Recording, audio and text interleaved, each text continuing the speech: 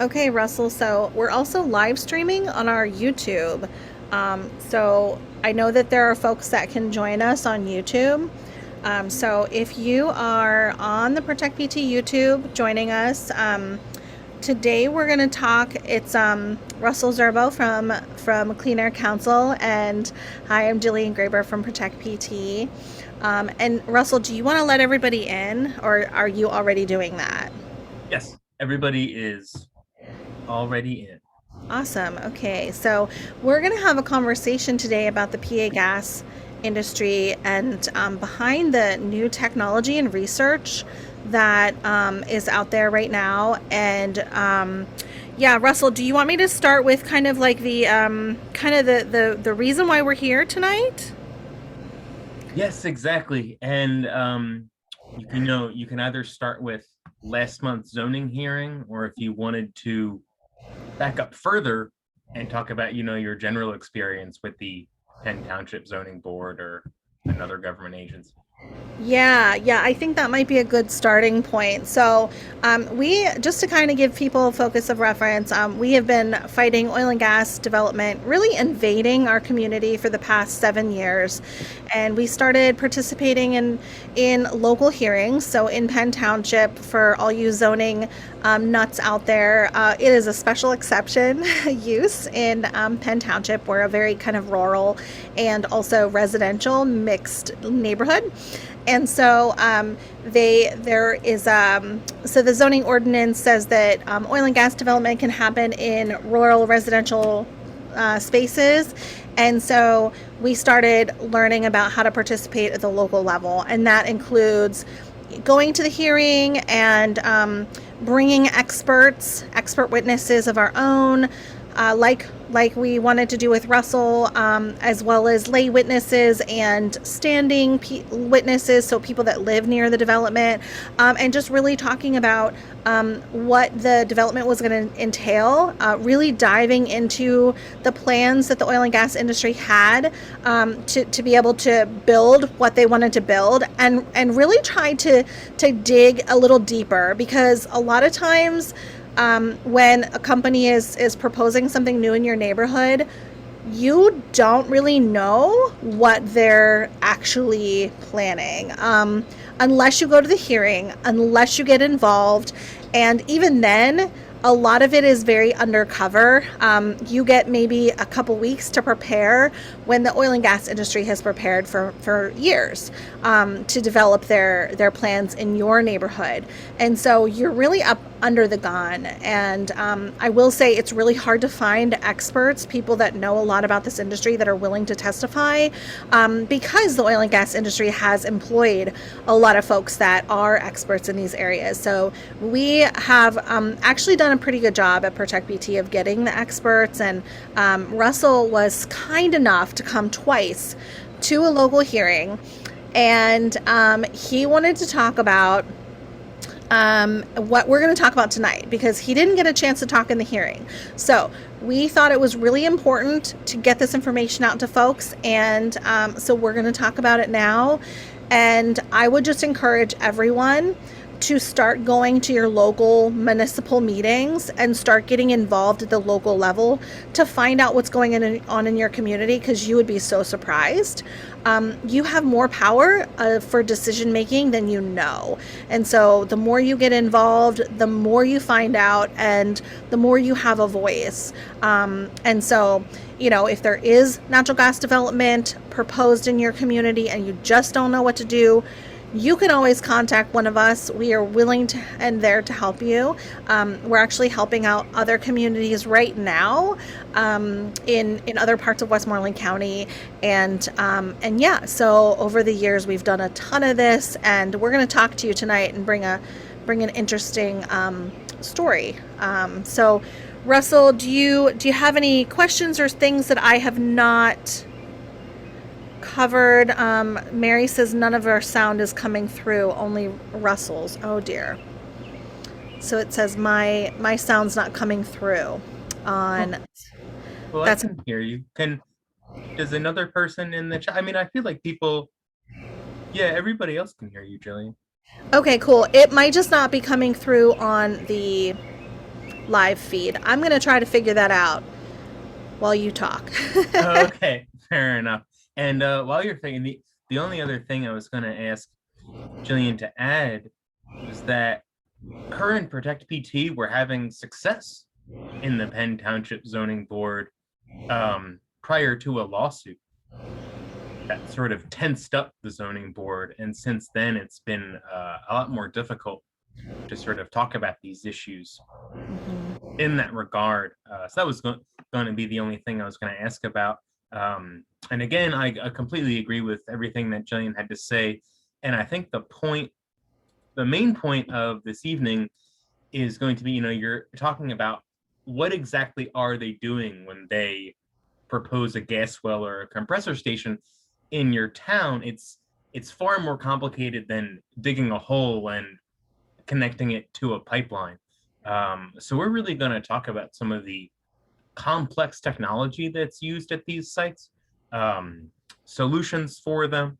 And this is really aimed at, when you're communicating with your local government about a situation like this, you not only have people to reach out to, but you also have your own information to really describe some of this. So we'll try to use as much plain language as possible. And I'm going to share this presentation. Everything has links to it. So we're going to get started. This is a glycol dehydrator, which is one of many. Now I can't hear you at all, Jillian. You can't hear me? Okay. No, now you're good. Now you're good. Am I okay? I am trying to work out, I'm so sorry. I'm trying to work out the audio here on the end of, and I don't know if you guys can hear me now. You know what we'll do is we're going to post this again. We'll post it now. You're coming through the live stream. Okay. Can you hear me still, Russell? Oh, you just went really low, Jillian. Yeah, we should probably just go ahead and then post the video later. Okay, we'll do that. Okay, so go ahead, Russell. I'm sorry. Oh, it's okay. It's okay. So yes, this is a glycol dehydrator, which is one of the complicated pieces of technology we're going to talk about tonight. And its purpose is a sort of unique in the national gas drilling operation. And it's one of the reasons why regulations about this technology are behind. It would be far easier to regulate the gas industry if it was uniform across the nation. But just like coal formerly, gas takes different forms in different regions, even within the state of Pennsylvania. So that's one of the reasons why technology regulation falls by the wayside, becomes much more complicated, because all gas drilling is not created equal. And this is a map from our friends at Frac Tracker. And again, I'm going to be sharing all these links as we go along. So this is what's referred to as the shale play in the state of Pennsylvania. All these dots are different well sites. Compressor stations are triangles. If we have time later, we'll talk about an interesting disposal well situation that Protect PT is engaged in right now. The red and black dots are oil and gas wastewater disposal wells. But like I was saying, we'll talk about this a little more later. Even just within the state of Pennsylvania, there are different kinds of gas, and it actually directly mirrors the different kinds of coal. In the northeastern region, we had anthracite coal, and just like that, we have what's referred to as dry gas.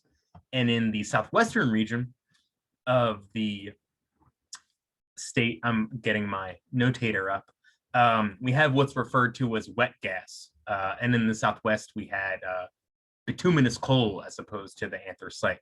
And then if you look at gas drilling in the Midwest, it's really much more tied to oil drilling than it is in the state of Pennsylvania, even though we still do some oil drilling. And I think to really, pull back and go big picture on this, the reason why the gas industry has had such a boom, and it's really the part two of the boom that started happening in the early 2010s, when hydraulic fracturing, commonly known as fracturing, was put forth, invented, whatever you want to call it. For the first couple centuries of fossil fuel use, oil drilling, coal digging, natural gas methane was strictly viewed as a waste product. It was just something that was dangerous.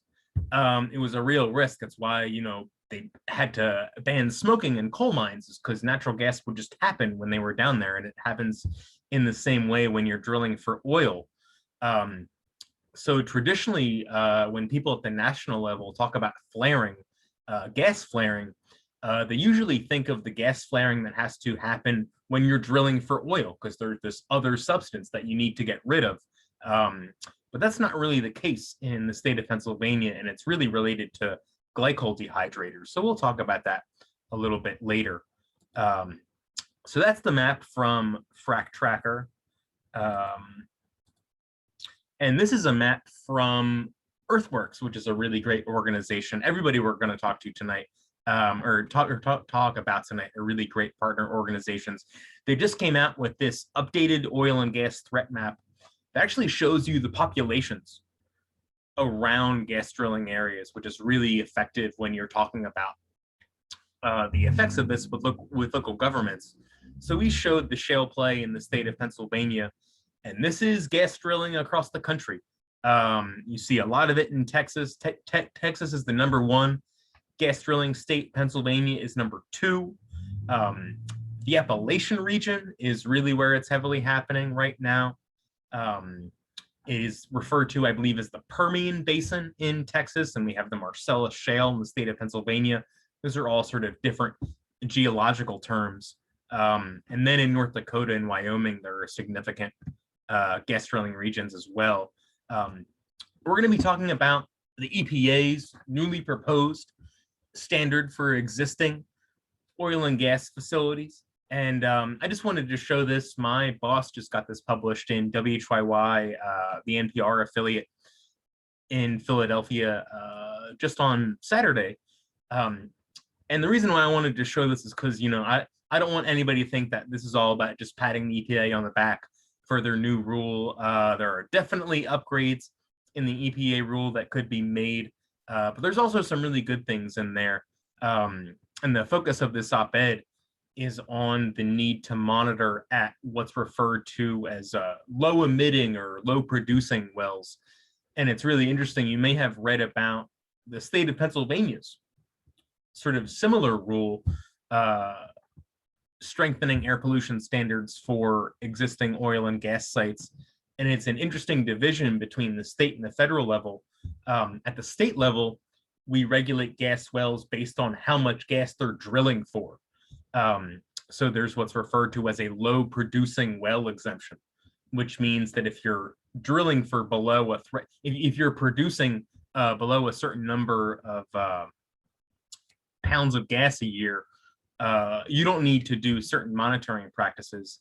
And the same structure is at the federal level, but it's around how much air pollution. It has no effect on the amount of gas you're drilling for. It's the amount of air pollution you're creating.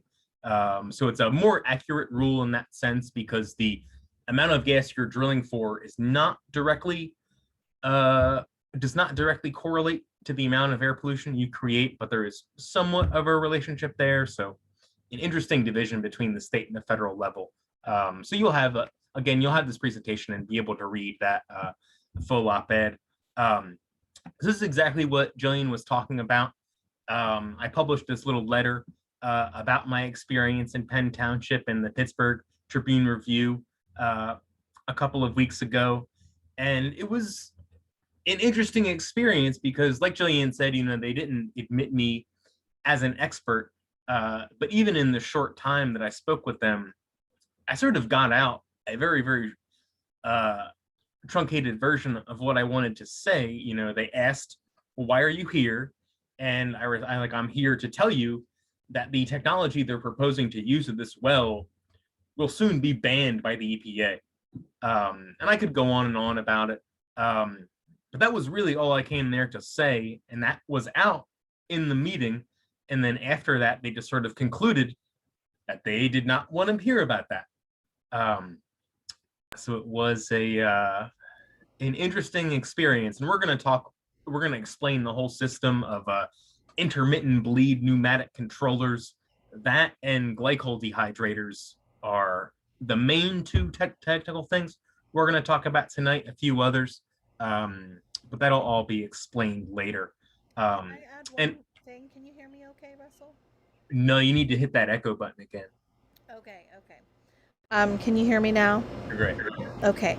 So one thing I just wanted to mention, with the Penn Township hearing, you know, I feel that a lot of local municipalities have a lot more power than they think, and I just want to mention that because, so our local municipality, you know, when we started participating in these hearings, you know, 7 years ago, they denied 3 permits, as they should have, because the companies didn't have sufficient evidence that they weren't going to prevent, or that they were going to prevent harm to the community, and not harm us. And so they were denied one after another and after another. And then our local municipality got hit with a $380 million lawsuit. And because of that lawsuit and the tremendous pressure that the oil and gas industry put on our community to either approve or get sued, and we're going to take you for everything. And they named the commissioners directly, they named the zoning hearing board and the township, that all were in the lawsuit. And so this really changed the way that our local municipality, allows these things to go through, and basically everything since then has been approved.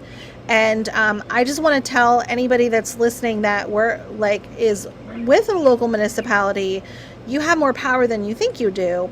And it's really hard to not cave to the pressure, especially when you're dealing with a lawsuit. But it's important, because what Russell's going to share with you, is just it's the way of the future, and it's what they're going to have to do anyway. So they might as well just do it, right? They might as well just do what they're supposed to do and do a good job. Yeah, that can really start to scare people when you sort of individually name people in lawsuits like that. It's even scary for the township to be sued because they're on such limited budgets. These gas drilling operations they anticipate having legal fees. Zoning boards do not anticipate being sued by organizations like that, nor do they have the funds to deal with that. But yeah, I agree with you. When I first read that Penn Township zoning ordinance, I was really impressed. I was like, whoa, this is extremely protective. This is going to come in handy when we're talking. But yeah, it's sort of they're not wanting to enforce their own zoning ordinance, which is something we see all the time with different levels of government. But just to put some of the different technologies that we're going to talk about in context, this is from a report from Clean Air Task Force, which is another great organization that we work for. Just so you can see the different effect that some of these different technology upgrades are going to have. Obviously, the changes in the pneumatic equipment are way up there. And this whole report amounts to a 65, if the recommendations in this report were taken and implemented by EPA, you could reduce air pollution from the gas industry 65% by 2025. And a lot of these are fixes that could happen very quickly, as Jillian mentioned. Like, why wait till you have to when you could even, save money? We're going to talk a lot about all of these pollution reductions, and it's a sort of an odd position that you're in as an environmentalist. All of these things would actually increase gas industry profit, because the big thing to think about when you're talking about the gas industry, especially compared to coal, the pollutant and the product are the same. That's a really important thing to understand. The vast majority of air pollution from the gas industry is just from them releasing gas that they can't handle in various storage tanks and pipeline. So the pollutant and the product are truly the same. And the other really interesting thing about that is that single pollutant end product has multiple different pollutants that work in different ways. gas has its, the dominant aspect of it is methane, which is, 87 times the global warming power of carbon dioxide over a 20-year time period. So it's driving climate change, increasing temperatures, increasing precipitation. And then there's volatile organic compounds in there, which cause smog, which I'll talk about later. And then there's hazardous air pollutants in there, including the known carcinogen benzene. Before we jump into that, I see that someone has raised a hand. Do we want to take a question? Oh, I guess that hand maybe went down. But feel free, I'm viewing the chat as I speak. So feel free to pop questions in the chat and I will answer those to the best of my ability. So again, this is a good breakdown, and the number one way to reduce pollution from the gas industry is just monitoring and fixing leaks. The gas industry is full of, an infinite amount of valves and gauges. And those things just need to be primed and kept up with. And air monitoring more or less needs to be constant. And we'll demonstrate why that needs to be later on. So we're going to show an interesting video, again, from our friends at Earthworks. And we're talking about air monitoring. And one of the ways that we do that is with what's called a FLIR optical gas imaging camera. So this tracks methane and VOCs. So we're going to show this interesting video. So currently, with some of the technology that's out there, they're required to go look at these facilities maybe once a year, maybe twice quarterly, but that obviously needs to happen more. Jillian, what's on your mind? Yeah, I just wanted to mention real You need to quick. hit that echo button. Thank you. I'm going to turn off the broadcast, and we'll just post the broadcast with the full audio after. But I just wanted to mention that that Earthworks is actually going to come back out to Penn Township, and we're going to have a really great event. So while we're looking at this Earthworks stuff, I just wanted to mention that actually next weekend, on the 16th, Earthworks will be in our neighborhood in Murraysville and Penn Township. You can find more information about that on our website, but if you're in the area and you want to see this in action, while it's happening, you can come out and join us. We're going to be at the park, and we're going to have a nature walk as well, and it's going to be a really fun event. And so Melissa from Earthworks is going to bring her camera and show us. So if you're really a tech nerd and love this kind of stuff like me, just come out and see it in action. It's really, really cool.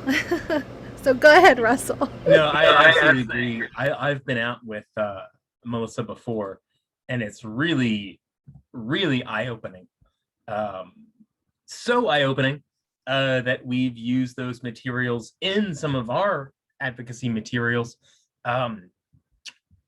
The Aphrodite well pad in Penn Township is not the only site where we have tried to introduce some of the new research from the Environmental Protection Agency. This is a recent comment and campaign that I worked on at the Trilof compressor station in Butler County, which is north of Allegheny County. And that's exactly what that video was from, specifically the glycol dehydrators. And we're going to talk more later about if the volatile organic compound pollution from these facilities was more accurately accounted for, it would completely change the permitting process. And that's also what Olympus was trying to do in Penn Township. The way they presented it to the zoning board, they said, oh, the emissions from this facility are going to be so low, we're not even going to need a general permit. We're going to qualify for what's called a 38C exemption. Our emissions are going to be so low, less than 2.7 tons per year. We're not even going to need a general permit. But again, we'll talk about later, the actual emissions and what you have on paper are just very, very different. And the really interesting thing about this Trilof compressor station in Butler County, was before EPA proposed their rule covering all natural gas well sites and compressor stations. They had this settlement with the company Mark West that really got the whole ball rolling. And they found out at hundreds of compressor stations, I'll flash forward a second to this slide, at hundreds of compressor stations across Pennsylvania and Ohio, they were underestimating VOC emissions. So Mark West had to go back and redo all of their permits. So that's why we found that. That's why they had to rewrite their permit for this existing compressor station. And we still found that they were underestimating their emissions. And one of the reasons why we think they're underestimating their emissions is because this is the traditional way in which emissions are accounted for. We talked about pneumatic devices. It's just pressure. It's just the way pressure is controlled at a gas well site. And that's really a huge part of it. You know, gas is coming out of the ground at a very high pressure, and that pressure needs to be regulated before it goes into pipelines and different treatment facilities, storage tanks. So they literally have to count every seal, every flange, every connector. And you see there are quite a bit of them. So the way they account for emissions from those is they have a number that's given to them by the manufacturer of the connector. And it's obviously in the interest of the manufacturer and the gas company to estimate that as low as possible, because that's their product. They're not going to come out and say, oh, our product leaks at high amounts. They're going to give you a low number. And it's sort of we're talking about why certain regulations and technologies need to be updated. And we're actually updating even the way we look at environmental permitting, because the traditional way of environmental permitting, and it's based on coal plants, is that, you know, you have an engine. The industry says that this engine produces X amount of pollution per hour it's run. But connectors don't really work like that, but we're still regulating them like that. So all they do to come up with the estimated emissions for these sites is they add up all these numbers, then they multiply it by however much they estimate the pollution to create, and then they get their number. But the thing about these connectors and flanges and seals, and it's just common sense, they deteriorate over time. And again, we're talking about high pressure situations. After you're having this high pressure for an extended period of time, these seals, these valves, they loosen. They don't function as well as they should. That's a really big part of the EPA's newly proposed rule, is they're finally getting it in print that these facilities degrade over time. And that's why in that graphic I showed from Clean Air Task Force, why it's so important to have active air monitoring and active maintenance, because these things degrade over time, and regulations just simply haven't caught up to that idea. You know, traditionally, you get a permit from the state of Pennsylvania, you get a permit from the federal Environmental Protection Agency, and it lasts for 5 years. It doesn't really account for the wear and tear that can happen within that 5 years. And in most cases, after that 5 years, the same permit just gets renewed. So again, we're not accounting for this wear and tear over time. And that's an important thing when you're talking to people about the gas industry, advocating to local government. You know, it doesn't stay the same over time. And it's, you know, think about your house, think about your kitchen sink. Like, it's all very sort of common sense. So if you take nothing else from this presentation, you know, trying to put some of these really complex ideas into the language that normal people use, that's really the goal. Yes, Julie? Yeah, and one of the first things I learned when I started doing this work was that at any point in the operation, from where the gas is coming out, all along the pipeline, any valve, any station, everything can leak. And so those emissions over time, and that's what you're describing, right, Russell, that like all of these things leak. And so over like at any point in this operation, you can have air emissions that could be harmful to you and your family. So that I actually learned that from my friend Matt Walker at Clean Air Mhm. Council when I first started doing this work, and it stuck with me. And so that pollution just builds, and so hopefully these new regulations will help with that, right? That is the idea. And then they're increasing monitoring requirements. They're not increasing them to, and like exactly to what you're addressing, if those leaks can occur at any time, then we need continuous monitoring. Before I had this job, I worked in kitchens, and the health inspector comes in once a year. And if you're not making a horrible mess at that time, you pass health inspection for that year. So it's really that kind of idea. And thank you for bringing that up, because it really goes hand in hand with this slide. Pigging operations sort of sounds sort of odd. Not sure how they got to that vocabulary, but it is believe it or not, that is a technical term within the gas industry. So we mentioned that there was this 2018 settlement revolving underestimations of VOC pollution from the gas industry, specifically from Mark West's site across Pennsylvania and Ohio, which is why I thought it was sort of, you have to sort of find some comedy in some of these things. In the new permit that Mark West published after that settlement, they specifically said they're going to continue work practices from their previous permit, when the entire intention of the lawsuit was that those were lax. That was the whole problem, is that their record keeping and their work practices from 2018 were not cutting the mustard. So this is a little sneak peek into, my life reviewing these permits. You find this bizarre language that just doesn't really make sense. Yes, Jenny? Can I make one more Oh, comment? you can make as many comments as you want. And I think that people are enjoying the comments, which I think is great. Mhm. Yeah, so Russell's like super technical. I like learn this. I'm a mom, and you just learn this to try to protect your kids and your family. So hopefully we can bring a different perspective, and that'll be helpful for folks. But I can tell you, so we had new fracking operations in it was 2016, and I was curious to find out what the emissions were from those operations. So I went to the DEP website, and there is a report website you can go to, and I looked up the company, and I found nothing. And I was like, well, wait a minute, aren't the reports supposed to be here? It's like 2 years later, right? It's not like a couple months later. It's 2 years later. Where are these reports? And so we contacted the DEP, and they said, actually, this operator and 20 other operators never submitted their air reports for the year. Just didn't do it.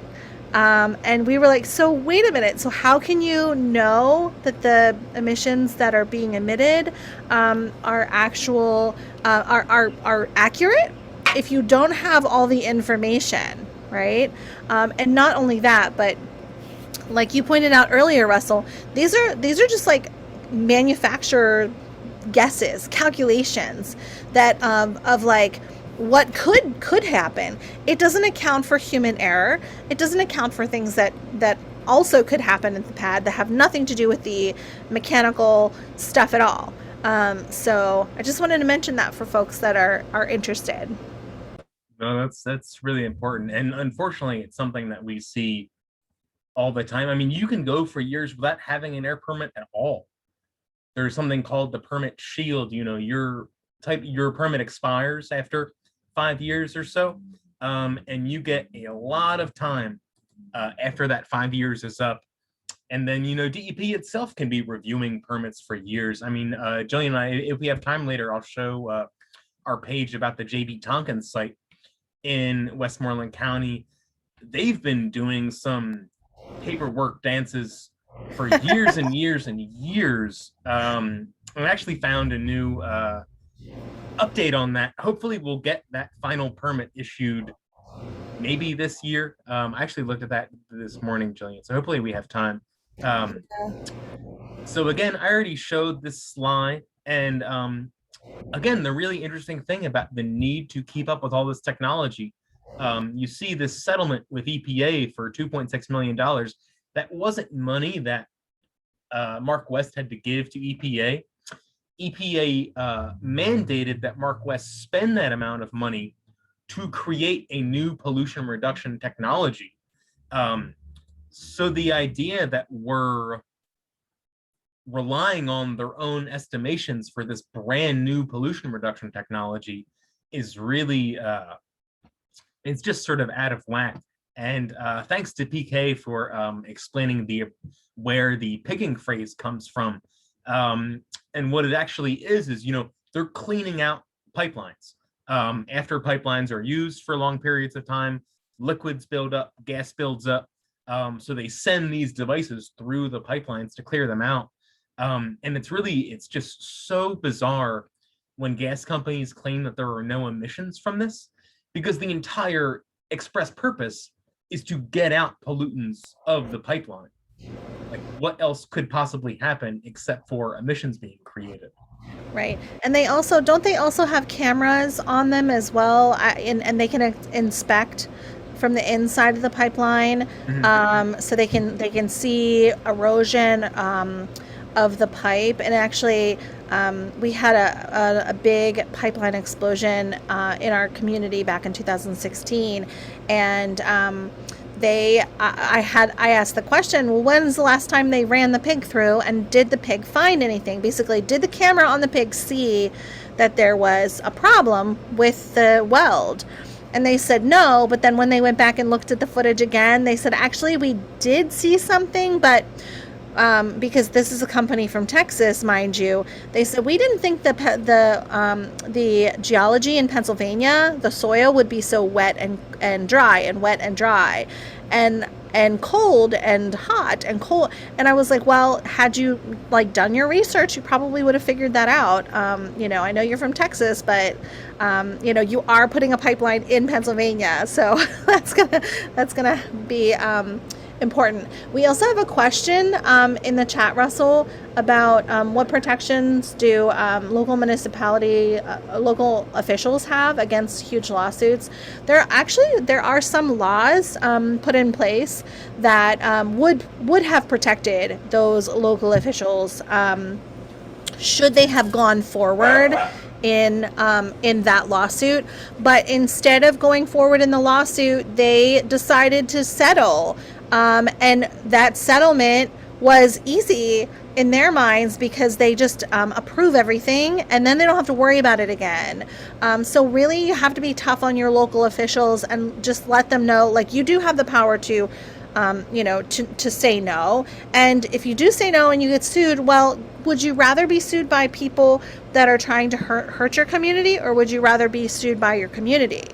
And we can talk about that a little bit later when we talk about Plum. Absolutely, absolutely.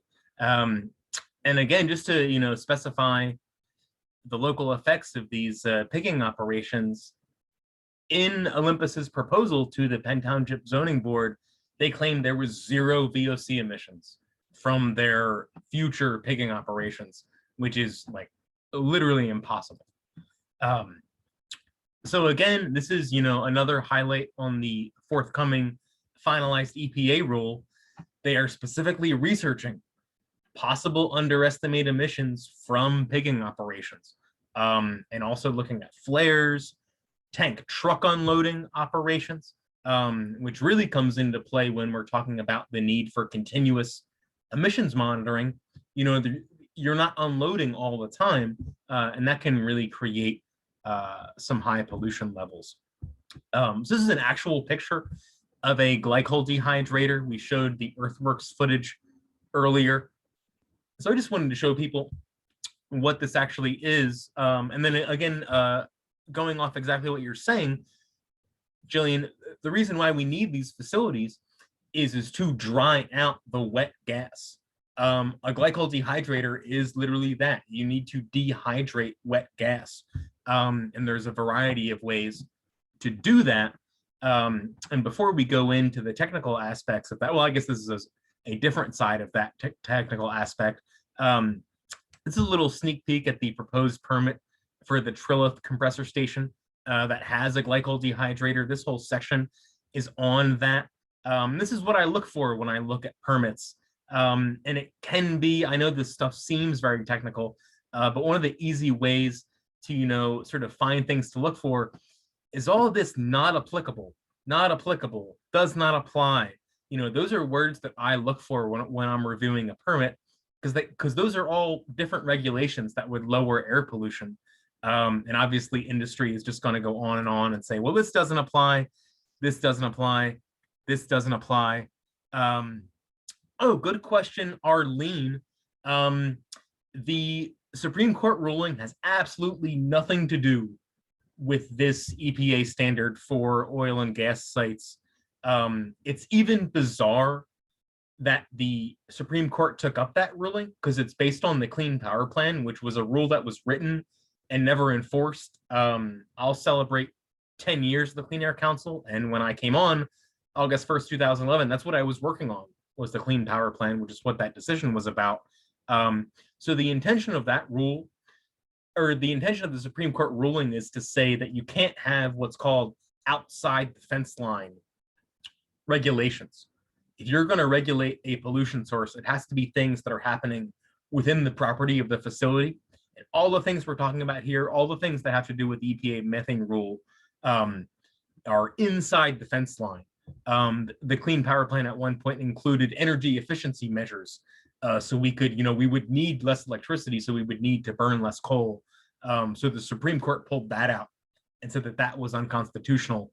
But the implications of that ruling are far broader, and it's basically telling federal agencies to watch themselves, was kind of the big takeaway from that ruling. But that's a great question, and something that's really on a lot of people's minds. And I think, a part of the ruling is to create fear, create disinformation, much like Jillian was talking about, the ways that local zoning boards can be manipulated. You hear it for 10 seconds on the news. Okay, the Supreme Court gutted the EPA, and now your local government thinks that those standards don't matter anymore, when that's just not true. So I want to point out this is applicable here. They're identifying an exemption for a rule. They're saying the exemption is applicable because they release less than the known carcinogen. They release less than 0.9 megagrams per year of the known carcinogen benzene. So I went and I looked up that piece of code. I actually found the piece of code. So you hear it, you see the section at the bottom here. You get exempted from this rule if your emissions are less than 0.9 megagrams per year. But then if we actually go to the actual permit for the Trilof compressor station, their emissions limit is exactly that. A megagram and a kilogram are the same thing. So that's literally their, well, it's not the same thing, but this number, 900 kilograms, is equal to 0.9 megagrams. So that's literally they're permitted to emit exactly what the exception is. And you see that all the time in these permits. DEP just pushes it as far as it possibly can without going above these thresholds, which is really frustrating as a person who reviews these permits. And it takes a little bit of work to, find this stuff out, but it is sort of within your grasp. And then again, another reason I pulled this image out, this site emission restriction summary is blank below this, which I was just blown away by. And yes, exactly, it should be the floor, not the ceiling. And it's something that whenever you sometimes bring this stuff up, DEP will go, oh, well, that's the maximum. Like, they're not actually hitting that maximum number. And then my, common sense response, well, then why don't you lower the number to what it actually is? So that's a conversation I've had many times, and it gets pretty frustrating. So we've talked about a little bit about the wet versus dry gas. This is actually an industry. You see Sunoco and Cabot's logos at the bottom. This is how they describe it themselves. And I wanted to highlight this because I know a lot of people are concerned about the opening of the ethane cracker in Beaver County. And the reason why they thought it was a good idea to build that facility is because of all the wet gas that they're extracting in southwestern PA, because it opened up the door for them to do all this other stuff and not just do natural gas, but ethane and plastics manufacturing and all that fun stuff.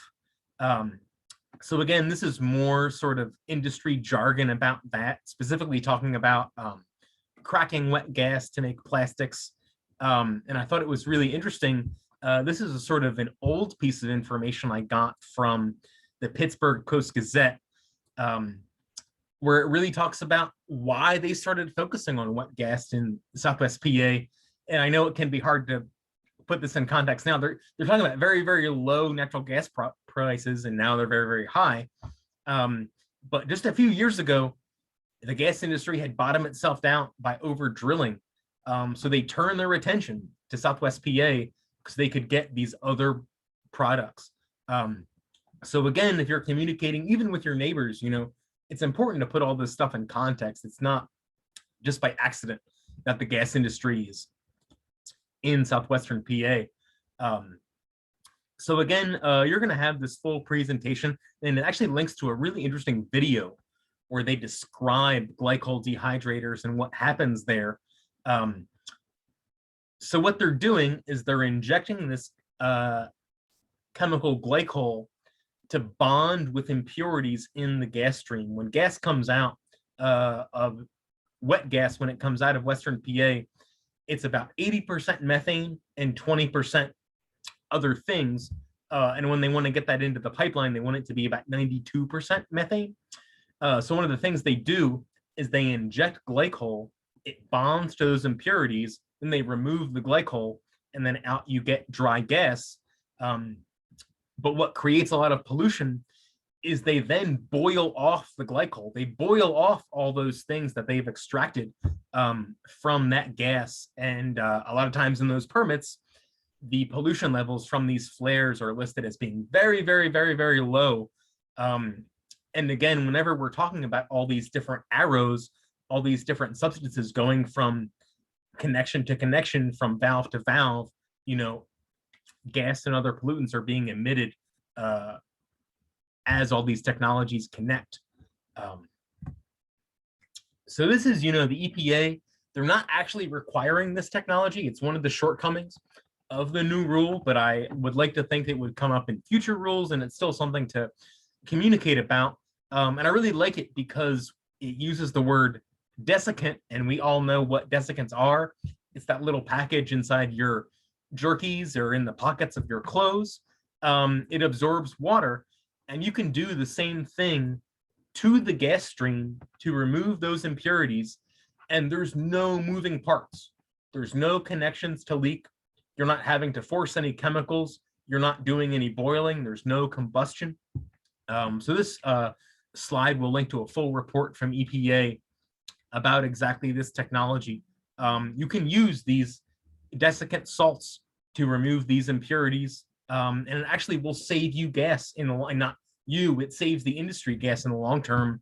And again, we're asking them just to really keep their own product.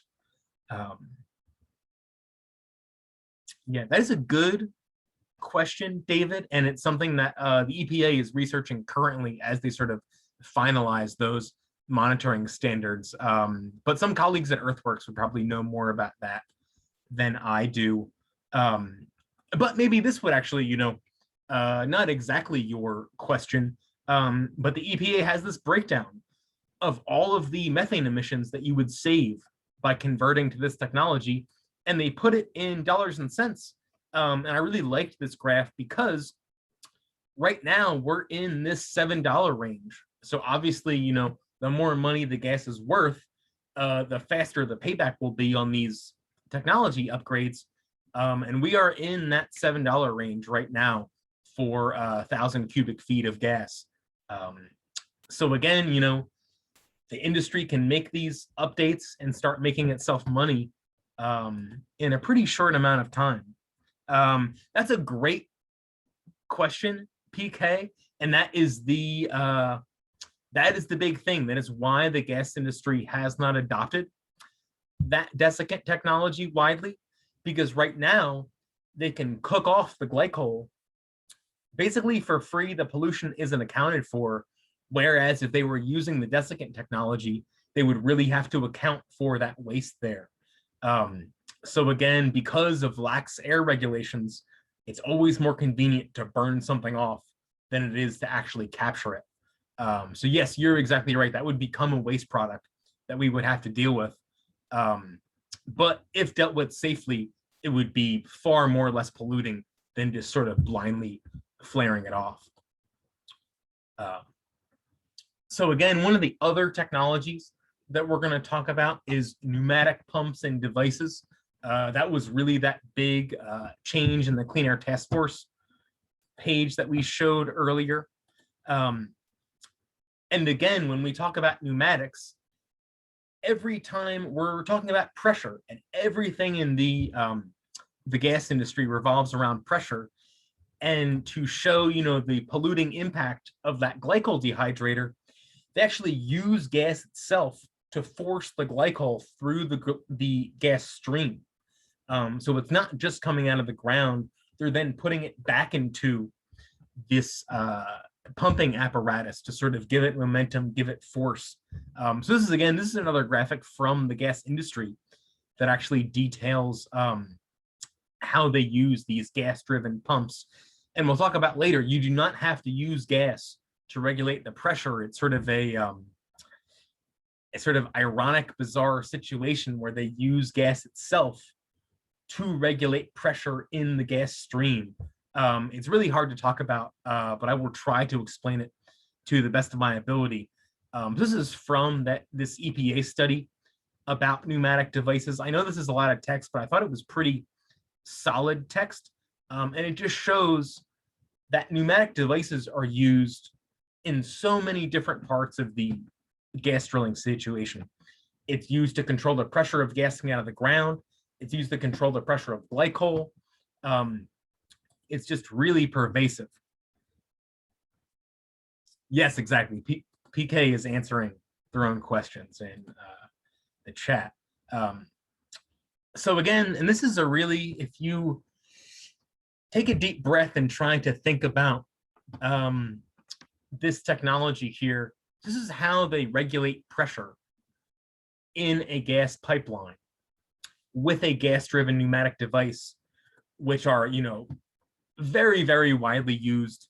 The EPA says it's over 2/3 of the pollution from the gas industry is from what's called intermittent bleed pneumatic devices, which is what Olympus Energy was proposing to use in Penn Township that we were trying to get some attention on. So when you're looking at the gas stream at the top of this page, that is not gas coming out of the ground. That is gas that's being put back into the drilling system to regulate the pressure of gas coming out of the ground. So if you look at the bottom here, that process flow arrow is the gas that's coming out of the ground. So they have this valve that can stop that for a variety of reasons. They need to stop that flow out of the ground. So they use gas itself. So when they need that to happen, they turn the valve for the regulator at the top of the page, and it forces gas in, and it closes that valve actuator.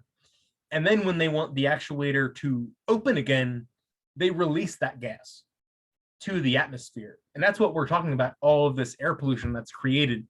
They flood the system with gas to close the valve, then they quickly reopen it to get that process started again. And I really liked this chart because it shows what should happen versus what actually happens. And if you look at the chart at the top, it makes sense in what I was just describing. Hopefully, we're releasing gas, and then we're quickly closing it again, and then we're releasing it again. That's why that chart goes up and down so much. That's how it's supposed to function. That's why it's called an intermittent bleed pneumatic system. It's because you're controlling when it vents to the atmosphere. But again, if you look at the chart at the bottom, that's really what's actually is happening. What is happening is sorry, just got distracted by the chat for a second. What is happening is that valve is not fully closing when they're trying to go back into the open system. And eventually you do this a few times, the gauges start to wear out, and you just start to have gas coming out of every end of this situation. So this is from a really interesting report that you'll have the full copy of. So again, this is sort of back to my frustration with the permitting process. And it's all these dashes. You see these charts, and they include all these low numbers. You see this 0.24 VOCs listed from pigging operations, really low fugitive numbers, 5.84 tons per year from pneumatic devices. All of these numbers, I believe, are widely underestimated. And the reason why that's important is because once this passes 50 tons per year of VOCs, you see they're at 41.5 right now, they have to apply for the completely different permit. Completely different permit. It's a Title V. It has to be approved by the federal government. And as long as they're under that 50 tons per year threshold, they get to stick with a state-only operating permit. So that's really the whole, we sort of buried the lead in this whole situation. But the reason why all of this is important, if they were actually monitoring for the real emissions of volatile organic compounds from all these operations, they would have to apply for federally approved air pollution permits. So this is just, a glimpse into my life looking at some of these air pollution permits. And again, I know this is hard to read, but again, you're seeing a lot of zeros and small decimal points. And again, a facility that's listed as producing 41 tons per year of VOCs. But unfortunately, I believe this 0.88 fugitives number is widely underestimated. And again, all of these zeros, all of these numbers, I just believe are wildly underestimated. And I think with continuous air monitoring, these real numbers would go far, far up, and all of these permits would need to be approved by the federal government. And with new federal rules, there would just be so much more scrutiny on these. So we're wrapping up. I see that people have to jump off, and I would also like to go eat dinner. So this is from a really great report from the Government Accountability Office that sort of lists a lot of the things that we've been talking about. Air pollution comes from leaks, multiple sources, every facet of the gas industry. It comes from storage. It comes from pneumatic devices. It comes from oil wells themselves. This is why we need to be concerned about all this, and why we can't really look at all these components in a individual level. We have to look at them in the collective scheme. And how do we look at them in the collective scheme? We use these advanced monitoring techniques. And again, I mentioned the, I'm glad that people are enjoying that. And my father's on the line as well. So again, I sort of made that analogy about, the health inspector coming in, and, you put your best foot forward when the health inspector is there.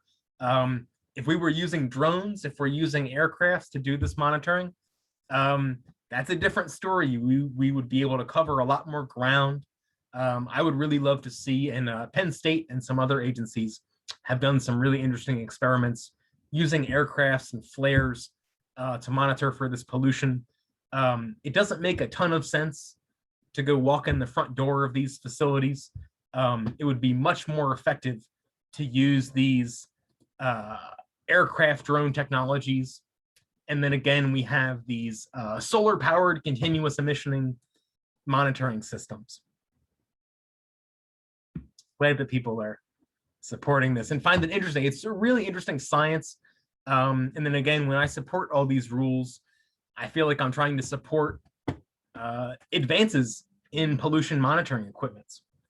Can your township supervisors force the gas company to install continuous? Not exactly is the answer to that question. But, if local townships were actually talking about this stuff, I think it would create so much more momentum. If local townships were contacting the EPA and saying, hey, we really need this stuff. I'm really concerned about this. other than just sort of blindly approving things. Um, so yeah, Jillian. Yeah, so Russell, in our township, um, the local commissioners, well, actually, it was the zoning hearing board that said that they have to do air monitoring at the fence line. Um, so and it wasn't continuous. It was like Mhm. for like once every 7 days or something crazy like that, which seems really silly, right? Why wouldn't you just have it continuously? Especially since we have the technology to do it. Mhm. Probably because they would see exactly what was going on. But I love the idea of having, this drone aircraft, really being able to see what's going on at the site. I mean, look, we have the technology to do this stuff and to monitor. So we should demand that they do it, right? And it's really cool. Like people talk about, jobs in the gas industry. This could be a job in the gas industry. Like, why does every job in the gas industry have to deal with creating pollution as opposed to reducing it? Well, and I will Um, say that there's this company called Project Canary, and I've learned a little bit about them, but there was actually an article in the Trib. I want to say a couple months ago, around Easter, because the guy in the Trib came to visit me when I was on an Easter egg hunt with my kids, and ended up in the front page, which I was really happy about. But it talked about how Project Canary was a hope for just really monitoring the emissions at these sites, but it is led by industry, and so we have this inherent distrust of what's going to happen, and who's going to get that data, who's going to be able to see it. What actual monitoring devices are they going to have?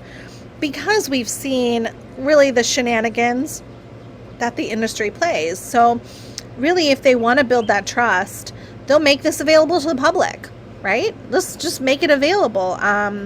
Make the air monitoring data available. Make the Project Canary monitoring available. So we'll see what happens in the future. But I feel like making it available to the public is the best way to build that trust if they want to actually do that. yeah. Jillian, before too many people jump off, do you want to talk about the plum injection well or share one of those links? Because I want to make sure that people get that information. Yes. So, just really quick, there is a link, and maybe Mary could put it in the chat. She's helping with the chat. So, there was an EPA hearing. The deadline to make a comment is July 13th. So, just next week is the deadline. And so, the EPA has a new permit for a new injection well here in our neck of the woods in Plum, Pennsylvania. And this is the second well in our area. And traditionally, they said that Pennsylvania didn't really have the best geology for an injection well, and we have such a history of mining that this could cause problems with injection wells. But lo and behold, the industry wanted it, so they got it. And so so we have the second injection well, and the first one failed after a couple months of taking fluid. We told the EPA it was going to fail. Dr. Tony Ingrafia from Cornell University looked at the engineering and said this well is likely to fail, and sure enough, it did. And this new well has very similar engineering, and really, in our opinion, does not pass the muster when it comes to protecting our drinking water. So we're really concerned about that. And we're also concerned about the air pollution. Russell, we're talking about like all these things that help with these fugitive emissions, right?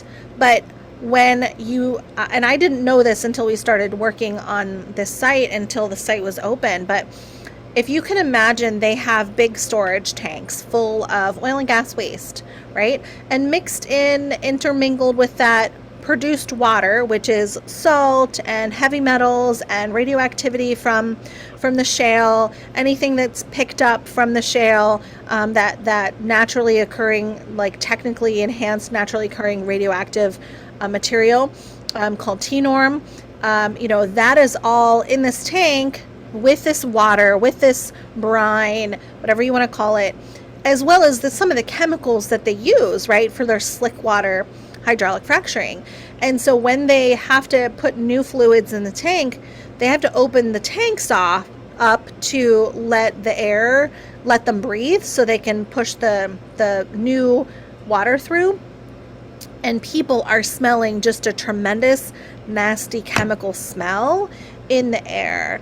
So this is another area where we could use updated regulations.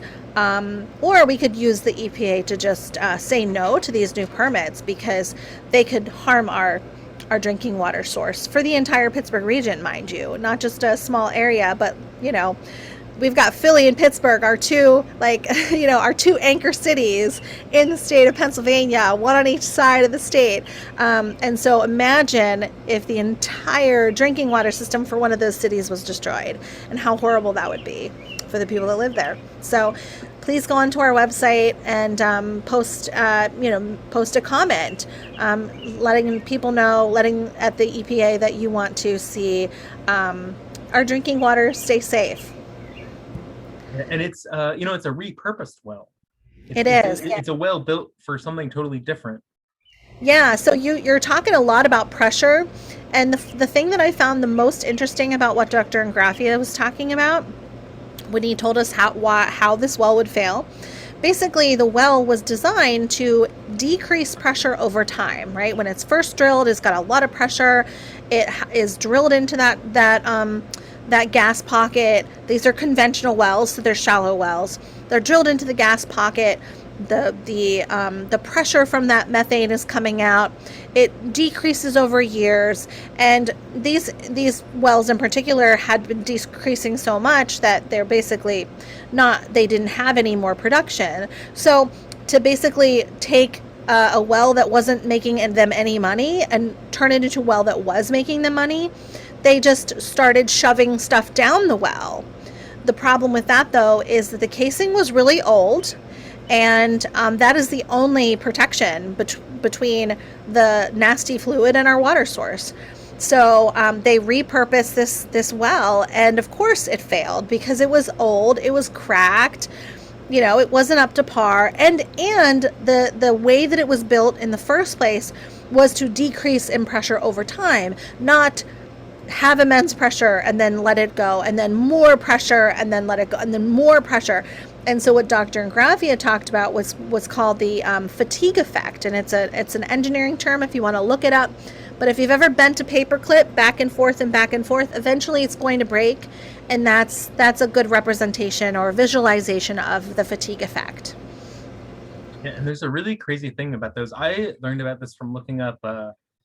Now they're flirting with the idea of carbon dioxide injection wells, which I think is a really crazy, awful idea and such a silly shortcut to try to reduce air pollution by injecting it into the ground. And they're really, because I started reading about that, and they're talking about messing with groundwater sources. And I'm thinking about, well, they're going to contaminate the groundwater with some sort of pollutant. No, when they're talking about messing with groundwater from injection wells, it's because the pressure of the injection well will literally cave in the water table, and the geology will literally take away that. We have rock, we have water, we have more rock. Too much pressure will literally just remove that completely. Yeah, and mind you, at the same time, this is a community that has mining, tons and tons, and they have a mine actually where this injection well is, that is literally on fire and has been for 30 plus years. Yeah. Which is kind of crazy to think about, that there's an underground fire.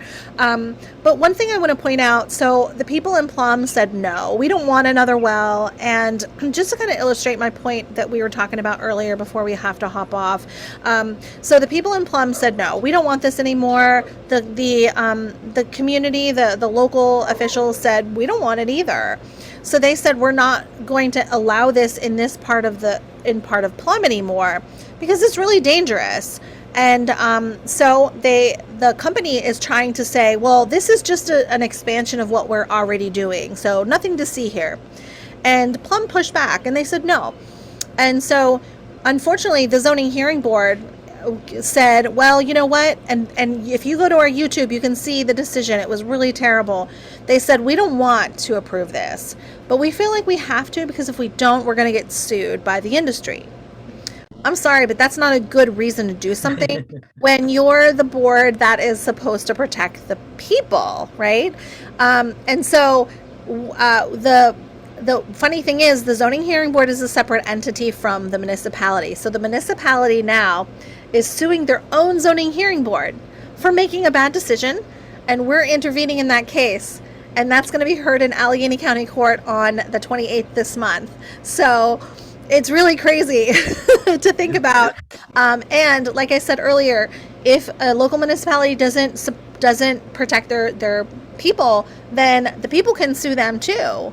It's not just oil and gas companies. So we're actually intervening with the municipality against their own zoning hearing board to try to get that ruling overturned. That's amazing. Yeah, that's about it for the presentation. I only wanted to end with something. This is a link to a write-up I just published. The reason why, why do we haven't really been talking about why we care about all this stuff. VOCs bake and heat into ground level ozone. We had really hot temperatures across PA last couple weeks, and you may have seen the orange ozone days. I actually just got something published in Lehigh Valley about avoiding orange ozone days. It's because of VOCs. VOCs literally bake into smog. That's how that process happens. And it was something that I wanted to bring up to the Penn Township zoning board because every industry, Olympus says, oh, we're complying with all the regulations except for the ozone regulation. And you can't comply with an ozone regulation because it's something that happens in the atmosphere because of chemical reactions. So when we talk about this, and the reason why it's so interesting, specifically in the case of the gas industry, is because at the same time, you're releasing methane, which is an incredibly powerful global warmer, while you're releasing VOCs, which react to increased temperatures. So you're really causing two problems at the same time that go hand in hand with each other. So I just wanted to sort of bring that part out. I want to stop sharing. I see a lot of really encouraging words in the chat that I'm really, before we jump off, I'll share the a slideshow for anybody who wants to do some homework or present it to their friends later. This is totally public information. And I will share the PK was asking about some of the nomenclature around the underground injection well. So I'll share that as well. And I say real quick, Russell, so you were talking about those orange days. So we actually have a really awesome magnet and a fact sheet on how weather impacts air pollution. So Mary just posted the link in the chat. And if you email me and say, hey, I saw your presentation, I will mail you a fact sheet and a magnet so you can keep it on your fridge and you can know on those hot days, this could be sensitive to some folks that, maybe have sensitivities, respiratory illnesses. So you can look at the weather and say, well, and kind of gauge your activity and modify your activity for the day based upon the weather and based upon whether you think that it's going to be a good day or a bad day. And so that information is really critical, especially if you're going to go biking or walking or running. So yeah, hit me up by email, which is right here on the screen. And I'm happy to send you all the information you need and our little fridge magnet.